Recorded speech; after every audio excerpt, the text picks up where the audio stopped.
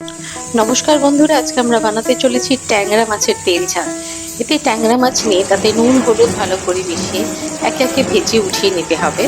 এবং মশলায় আমরা নেব বড়ি, শুকনো লঙ্কা, কালো জিরে, হলুদ, জিরে গুঁড়ো, নুন, রসুন থেতো ও কিছু কাঁচা লঙ্কা।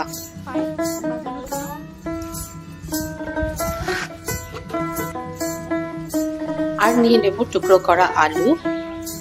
এবার একে একে বড়িগুলো সর্ষের তেলে ভালো করে ভেজে উঠিয়ে নিতে হবে। এবার একে একে কালো জিরে, সর্ষের তেল ও শুকনো লঙ্কা ফোড়ন দিয়ে আলুগুলো একে একে ভেজে নিয়ে ভালো করে পিটিপুট করে ভেজে কিছুটা রসুন থেতো ওর মধ্যে দিয়ে ভালো করে ভেজে নিতে হবে। রসুন আলুগুলো সমস্ত ভাজা হয়ে গেলে এবারে আমরা টুকরো করে রাখা টমেটো দিয়ে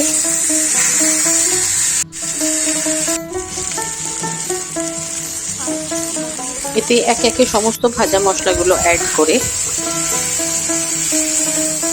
ভালো করে কষিয়ে নিতে হবে।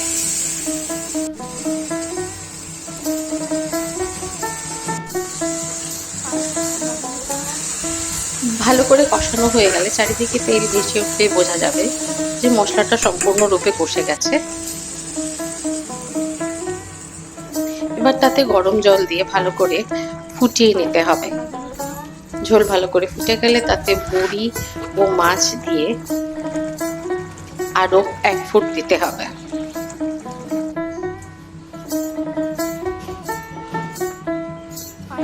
এবং শেষে কিছুটা ধনেপাতা ছড়িয়ে রেখে স্ট্যান্ডিং টাইমে 2 মিনিট রাখলেই তৈরি ট্যাংরা মাছের তেল ঝাল। বন্ধুরা, এই রেসিপিটি যদি আপনাদের ভালো লেগে থাকে তাহলে প্লিজ সাবস্ক্রাইব করবেন, সঙ্গে থাকবেন এবং সঙ্গে রাখা বেল আইকনটি দাবিয়ে দেবেন। ধন্যবাদ।